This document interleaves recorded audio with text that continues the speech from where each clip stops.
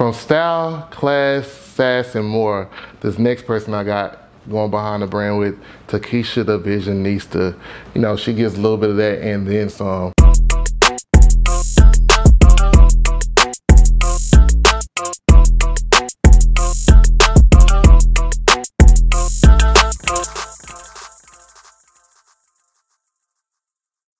Say we're behind the brand with Tikisha the Visionista. Yes.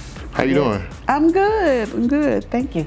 Yeah, so man, you've been working really hard. I've been watching all your content. You know, you've been having like a lot of good magazine spreads and photo shoots and concepts. So where do you get your creativity from? My creativity comes from pretty much inspiration, things that I see. It could be a variety from a magazine cover, from just looking at an article while I'm in a thrift store. I pull from it and my imagination just kind of goes wild from there. So, now, yeah. you gave me a little inside scoop a while ago that you're a full tomboy, and it's like so hard to believe. I'm like, y'all, if y'all see these reels that she be putting on for the gram, like you would think she over here just telling the whole fairy tale story. Yes, I am a real life tomboy. I will dress from knees up in a cute outfit and probably put on some tennis shoes or some flip flops, or my lounge wear is some sweatpants and a t-shirt, like all day, every day if I can. Yes. So as a stylist, you create some of the most out the box concepts. What are some of like your fashion go-to items that you say is a must-have for you to have? For me, because I'm a thrifter, I love pulling one-of-a-kind pieces, but the go-to pieces, if I ever were to take someone with me, would be to make sure that you have like certain pieces, like a black and white top, whether it be striped, polka dot, because you can mix those patterns with so many different things. Just make sure you have like something black or white in your closet that you can utilize. So what's your top 3 staples for you? For me, black and white, anything black, floral.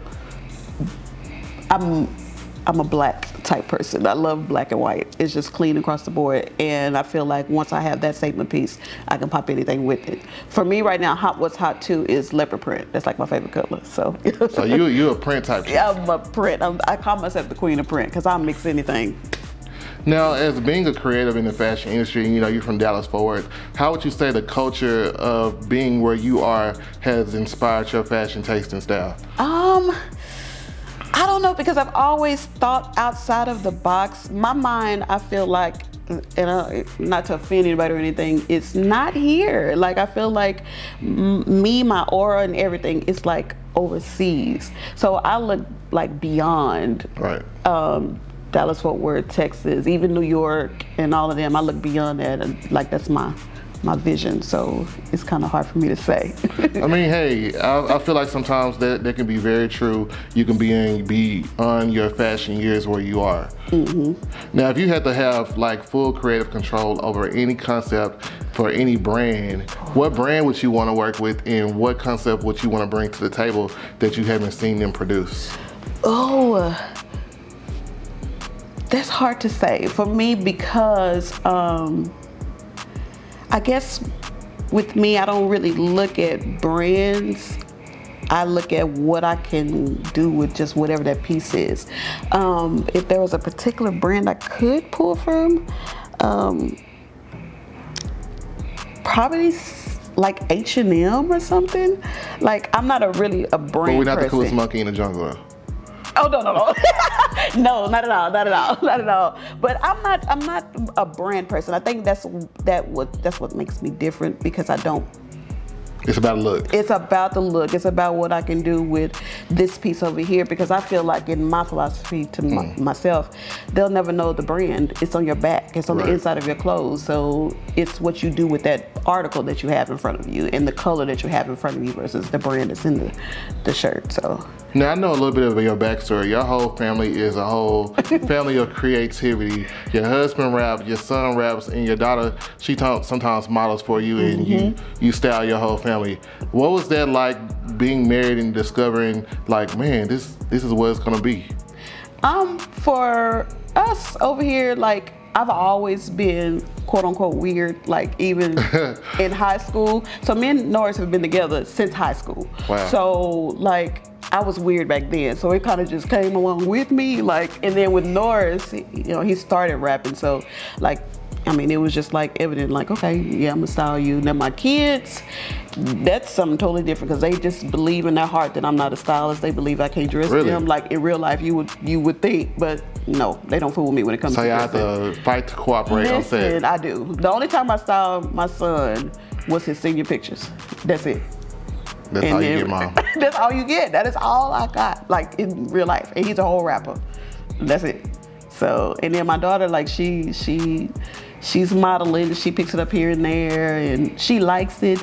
But you know, I don't want to make her do something. But she's a natural at it. I just don't want to, you know, make them do something they really don't want to do. So you always been this creative person in high school and years to beyond. But when did you really discover that fashion was like, okay, I can't do nothing else but like live without fashion?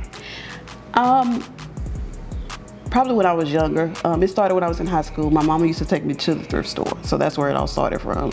And once I was in high school and kind of got a feel of it, I felt like I was one of those girls that looked at what they wore. Like, I couldn't wear the same outfit within 2 weeks, so I would write down what I wore.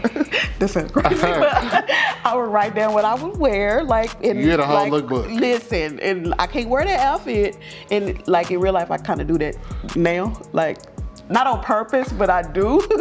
But it started in high school. So she used to take me to the thrift stores, and like that stayed with me. And then as I got older, I got into retail myself. So I was managers at stores. I managed stores. I would dress people there. So it was just like almost like a niche that was already in me. So it was just like something I felt like I needed to do. And so right about 2010 is when I really just was like, I think I need to do this on my own and try it. So I did. So what is it about vintage fashion and one-of-a-kind pieces that's just like, man, these are like timeless, endless, and a must-have for me? It's because it's different. Like, I can walk into the thrift store, and I've gotten to, like, I'll take a couple people with me, and they're like, I can't go to the store with you because of how I shop. I can walk into a store and just be like, oh, I'm not gonna find nothing here. Like, and I'll skim down the road literally, and I touch the clothes, and I'll be like, okay, yeah, I didn't find anything, and I'll leave.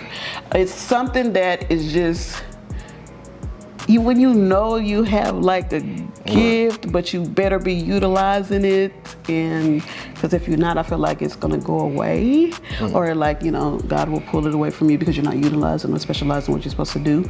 But just going into the thrift stores, knowing that you're not gonna see that on somebody else, and being able to pull those pieces and mix it with something else, and just pull hold of vision, I guess, that I have. Now, you said your mom took you to the thrift store as a kid. You know, like kids growing up in high school, you know, people can be really cruel and be like, you ain't rocking this brand, you ain't rocking that brand. What made you develop the confidence just to own the look of the thrift store in secondhand and without no problems? I think because I was in high school, I was voted most outgoing. Like, I was really like goofy and cool, so people kind of like knew that of me. Like, it was like, oh yeah, she the girl that wear the socks up to her knees, like, or she the girl that wear the high yellow pants, and you know, so it was like they knew. So it wasn't like, I know how things are now with kids talking about kids, or talking about what you wear, and kids can say the harshest things. I never really experienced that because I had one of those attitudes where I pretty much kind of got along with everybody. So it was just, that's the weird girl. So are you one of the people that love a good themed party? Yes and no. Yes and no. Yes and no. It has to be a good one though. Like, what if you could have a good themed party, what would it be? A good themed party for me would be black and white. That's like my favorite color, and that's my go-to. But black and white, or a good 70s, 80s theme. So, but high fashion, like, cause like any day I think I'm Diana Ross, like no heartbeat, or Donna Summer. So yeah, either one of those. So studying fashion, film, and you know, magazines, like, you know, Essence, there has been a big culture of fashion and music all within itself. What would you say is your favorite movie that has the best sense of fashion that you admire? Let's see. Movie or can it be a sitcom? Whichever Or one. like a TV show. Now, Cookie from Empire, because I felt like she had bold statement pieces and she was confident in what she wore. And then even all the way down to, I can't even think of the name of it, Will and Grace. So I used to like how Grace, it was simple, but yeah, it was fashion. So kind of in between both. What about the Golden Girls? So you know what? Yeah, okay, now listen. Yeah, because Blanche could give me an outfit like any day. Like, yeah, Blanche could rock some outfits. I even like some of Dorothy's stuff because I love shoulder pads. Like anything broad shoulders, strong shoulder, I love all that. So, yes. So throughout your time in fashion, did you just jump into styling, or were you working behind the scenes on any like movie sets, fashion shows? Like, what was your normal go-to like as you came up in the industry? So I worked a couple of behind the scenes of fashion shows. Then I started doing my own fashion shows, and I've styled a couple people. Like I've done another short film, and then I was on a reality show and styled somebody on that. But for the most, it was me doing my own fashion shows. So pulling, because I love to be creative and create like a story. So I kind of wanted to do the show in itself and then pull people from there. So if you could do any production, you know, next year and work with anybody in the industry, anybody, you know, there's no limits to it could happen. Who would you want to work with, and like what kind of thing what kind of production would you want to bring to life? Or even if it's a shoot, not a show.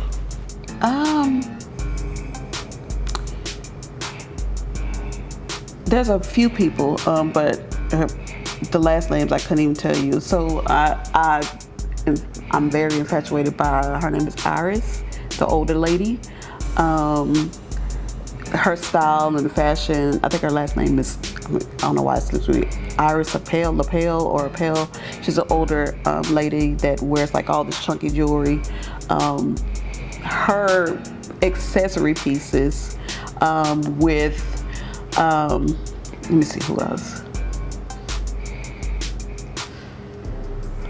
Like the names are slipping me. But her, so have you, she's called the Vogue lawyer, Natasha Maine. She's a lawyer, but just her whole aura in how she dresses and her fashion, I wouldn't mind doing something with her. Like putting a show or something on. Even though she's a lawyer, but her fashion sense is like crazy. Now, if you had like any artist that you would love to work with and their sense of style inspired you, who would that be? Andre 3000. Oh yeah, Like the classic man before Zendaya. Yes, that's like one of my go-to. Like I really want to style him or the basketball player. I can't even think of his name right now. He wore all the weird clothes. He was based out of Oklahoma at first, OKC. I'll think of it in a little bit, but yeah, but first off, Andre 3000. So what was your most memorable moment in fashion working on behind the scenes on a set? Like what was the most challenging for you? Behind the scenes, I would say probably a fashion show that I did. I was putting together and the air went out and oh no. the air went out. The lights be hot. Listen, and the space that we had for them, you know, is usually sometimes there's small spaces, and the poor models was just in this area and it was just hot, and we were trying to put fans on them and trying to get them together, you know, and just make sure they didn't look like they were really sweating when they started walking.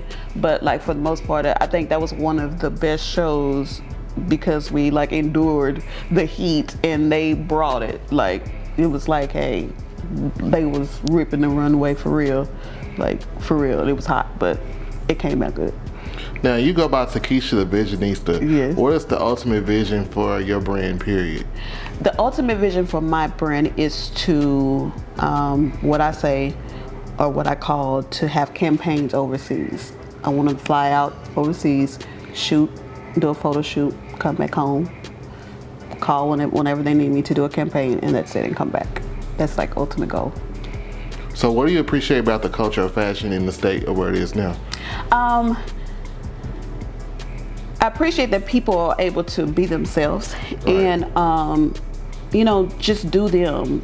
If you want to mix patterns, if you want to, you know, be plain Jane, fashion is like, to me, all over the place. So it's like you can do a whole lot with it and still come out and still be fashionable, still be able to capture the vision that people are looking for, or be able to, they're looking for the site to look for. But other than that, yeah. Okay. So Tikisha the Visionista, man, there's a lot of great things coming in store. Tell people how can they keep up with your movement, book you. You know, if you need to be curated and upgraded, get at it. So I am Tikisha the Visionista. You can find me at iamthevisionista.com. You can find me on Instagram at Tikisha_the_Visionista. I'm on Facebook as Tikisha the Visionista. You can book me online at iamthevisionista.com as well. And you heard it here first, man. We rocking behind the brand. We out. What's up, y'all? This is Tikisha the Visionista. You have just tuned in to the man behind the brand.